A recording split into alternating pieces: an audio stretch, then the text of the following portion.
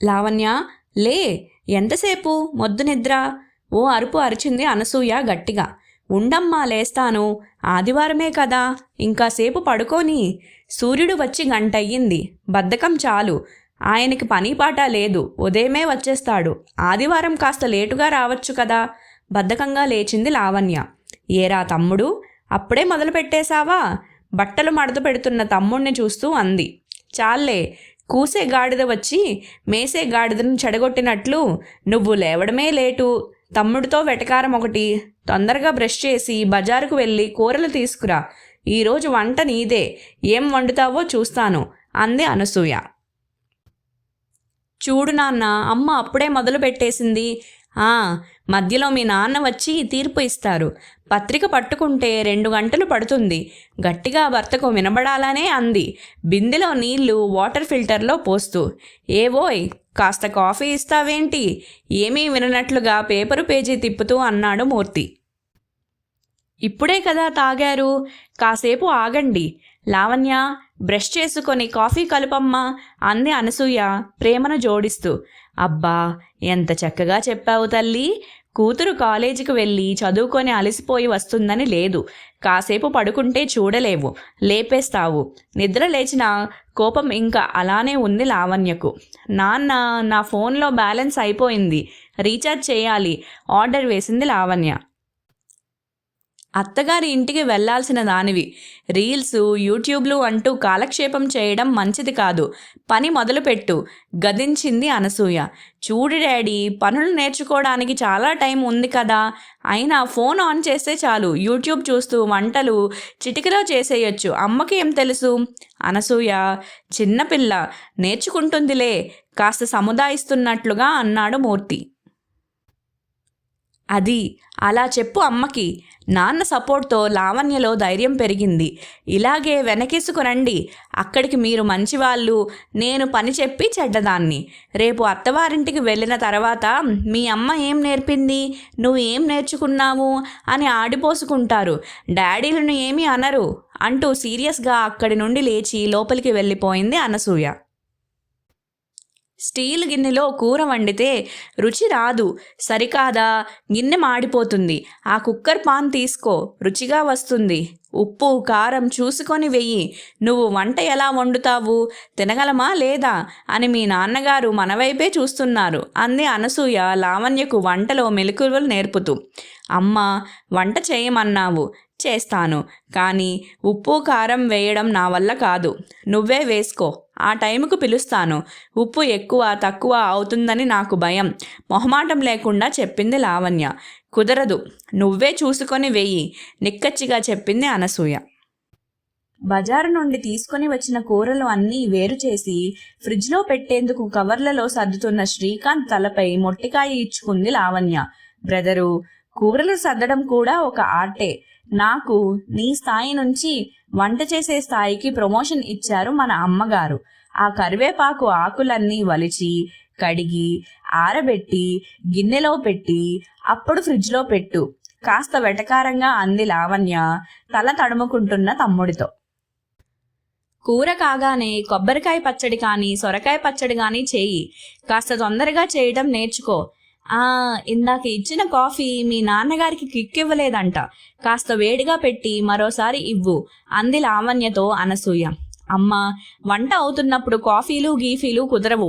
వంటే పెద్ద ప్రాసెస్లా ఉంది చిరాగ్గా అంది లావణ్య. ఇప్పుడు తెలుస్తుందా?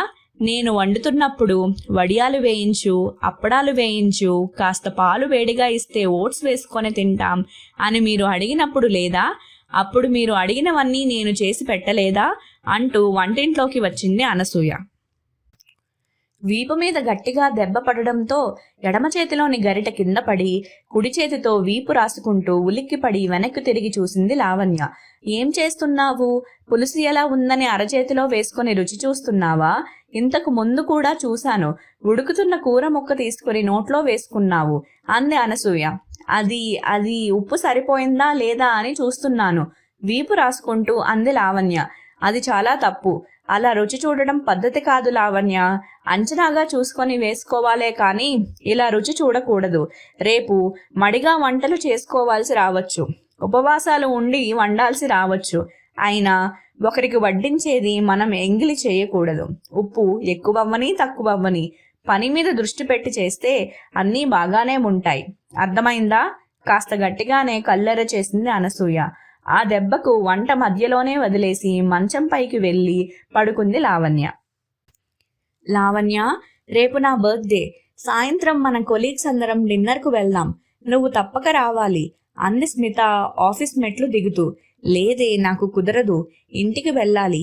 అమ్మ ఒప్పుకోదు. ఓ పద్ధతి పాడు లేదు అంటూ చంపుకొని తింటుంది చిరాగ్గానే అంది లావణ్య. అలా అంటావేంటే? ఆశ్చర్యంగా అంది స్మిత. నిజమేనే, ఇంటర్ వరకు ఏమీ అనలేదు, కానీ డిగ్రీకి వచ్చిన దగ్గర నుండి అది చెయ్యి ఇది చెయ్యి అని ఒకటే గోల. రేపు అత్తవారింటికి వెళ్ళాక ఇలా ఉండాలి అలా ఉండాలి పనులన్నీ వచ్చి ఉండాలి అంటూ ఆ ఉండాలి అనే దగ్గరే ఉండిపోయింది మా అమ్మ అంది నిట్టూరుస్తూ. ఇప్పుడు ఎలా ఉన్నామో పెళ్ళైన తర్వాత కూడా అలానే ఉంటాం. మార్పు ఏముంటుంది అంది స్మిత. ఏమో తల్లి, జుట్టు విరబూసుకొని ఉండకు, ఎదురు సమాధానాలు చెప్పకు అంటూ రోజూ నాకు క్లాసులు తీసుకుంటుంది. పాతకాలపు మనిషేలే మా అమ్మ. కన్నీళ్లు బయటికి తొంగి చూస్తున్నాయి. రావాలా వద్దా అన్నట్లుగా లావణ్యకు. మా అమ్మమ్మ కూడా ఇంతేనే. కాసేపు ఫోన్ మాట్లాడినా సరే, గంటల కొద్దీ ఫోన్ మాట్లాడుతున్నావు, ఫోన్ ఎప్పుడూ అలా చేతిలోనే ఉండాలా, పెళ్లి కావలసిన దానివే అంటూ నా మీద ఫైర్ అవుతుంది. చూసి చూసి గట్టిగా ఇచ్చేసా. బరాబర్ ఇలానే ఉంటానని చెప్పా. మళ్ళీ నా జోలికి రాలేదు. అయినా ఎంతసేపు మనమే నేర్చుకోవాలా? మనకు వచ్చే మొగుళ్ళు ఏమీ నేర్చుకోరా? స్నేహితురాలి బాధని తన బాధగా భావించి ఉక్రోషంగా అంది స్మిత. వియ్యాల వారిని పండుగకు రమ్మని ఆహ్వానిస్తూ అమ్మాయిని ఓ 4 రోజులు ముందుగా పంపమని వారం క్రితమే ఫోన్ చేసి అడిగాడు మూర్తి. అబ్బాయి ఉద్యోగరీత్యా వేరే ఊరికి, అమ్మాయి పెళ్లి జరిగి అత్తవారింటికి వెళ్ళినా ప్రతిరోజు టంచనగా ఇద్దరి నుండి ఫోన్ రావడం మానదు. అత్తవారింటికి కూతుర్ని పంపి 3 నెలలు అవుతుంది. కొత్త వియ్యాల వారు పండుగకి వస్తారని కందిపొడి, గోంగూర పచ్చడి, దోసకాయ సిద్ధంగా చేసి జాంతికలు, చెగోడీలు, సున్నుండలు అంటూ పిండి వంటల చిట్టా సిద్ధం చేసి రోజుకో ఐటెంతో హడావిడి పడుతుంది అనసూయ. ఏమండి, 2 రోజులుగా లావణ్య ఫోన్ చేయలేదు. రోజూ చేసేది. ఏమైందో ఏంటో. మధ్యాహ్నం నుండి రాత్రిలోగా ఓ 20 సార్లు అని ఉంటుంది భర్తతో అనసూయ. ఇంతలో చప్పుడు విని, ఏమండి, మీ ఫోన్ రింగ్ అవుతుంది చూడండి అంది. అల్లుడికి ఏవో పనులున్నాయంట, అందువలన పండుగకి రావడం కుదరదని, కోడల్ని కూడా పంపడం లేదని వియ్యంకుడి ఫోన్. ఎందుకు రావడం లేదో, ఏం జరిగిందో? పెళ్లి అంటే 2 కుటుంబాల కలయిక. ఒకరింటికి ఒకరు రాకపోకలు సాగించాలి. బంధాలు, అనుబంధాలు అప్పుడే ఏర్పడేది. ఆచారాల్ని, సాంప్రదాయాల్ని గౌరవించాలి కదా. వాళ్లకు కుదరకపోతే కనీసం అమ్మాయిని పంపొచ్చు కదా. అనసూయ ఆలోచనలు పరిపరి విధాలుగా పెరుగుతున్నాయి. ఏమీ తినబుద్ధి కాక అలా కూర్చుండిపోయింది. ట్రింగ్ ట్రింగ్. ఫోన్ రింగుతో ఒక్క ఉదుటన వెళ్ళి ఫోన్ అందుకుంది అనసూయ. పండుగకు సెలవు పెట్టి ఇంటికి వస్తాను. మిమ్మల్ని, అక్కను చూసి చాలా రోజులవుతుంది. అక్క, బావ ఎప్పుడొస్తున్నారు? లేదంటే నేను వెళ్ళి తీసుకుని రానా? ఎలా చెయ్యను చెప్పు అని కొడుకు ఫోను. నాన్నగారికి ఇస్తున్నా, మాట్లాడు అంటూ మూర్తికి అందించింది ఫోన్ అనసూయ. సూర్యుడికి పని పాట లేదు, పొద్దున్నే వచ్చేస్తాడు అన్న లావణ్య మాటలు గుర్తుకు తెచ్చుకుంటూ మంచంపై నుండి పైకి లేచింది అనసూయ. ఏమండి, అమ్మాయి పండుగకి ఎందుకు రావడం లేదో ఏమిటో, మనం ఓసారి వెళ్ళి చూసొద్దామా అంది మూర్తితో. అబ్బాయి వస్తున్నాడు కదా, చూద్దాం. నువ్వు అనవసర ఆలోచనలు ఏమీ పెట్టుకోకు. అయినా కొత్త అల్లుడు కూతురు పండుగకు రాకపోవడం ఏమిటండి? విడ్డూరం కాకపోతే పోనీ అల్లుడికి పని ఉంటే అమ్మాయిని తీసుకొని వెళ్ళమంటే తీసుకొని వద్దుం కదా. నేను ఫోన్ చేద్దామంటే ఏ పనిలో ఉంటుందో అదే చేస్తుంది కదా అని చేయడం లేదు. రాత్రంతా ఆలోచనలతోనే గడిచిపోయింది అనసూయకు. నిద్ర లేవగానే అబ్బాయికి కాల్ చేద్దామని ఫోన్ అందుకుంది. లావణ్య నుండి మెసేజ్. ఆత్రంగా ఓపెన్ చేసింది అనసూయ.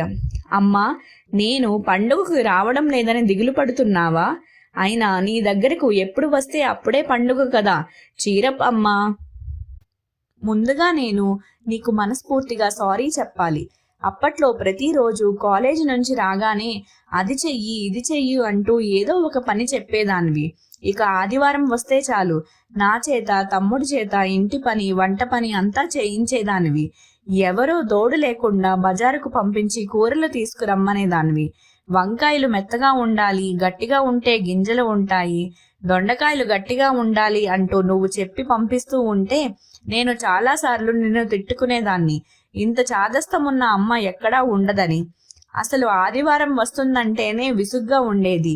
పాలు పొంగిపోతూ ఉంటే నువ్వు అరిచే అరుపులకు, కూర మాడకుండా ప్రతి క్షణం నువ్వు చేసే హెచ్చరికలకు చిరాకు వేసి నీ మీద చాలాసార్లు అరిచేదాన్ని.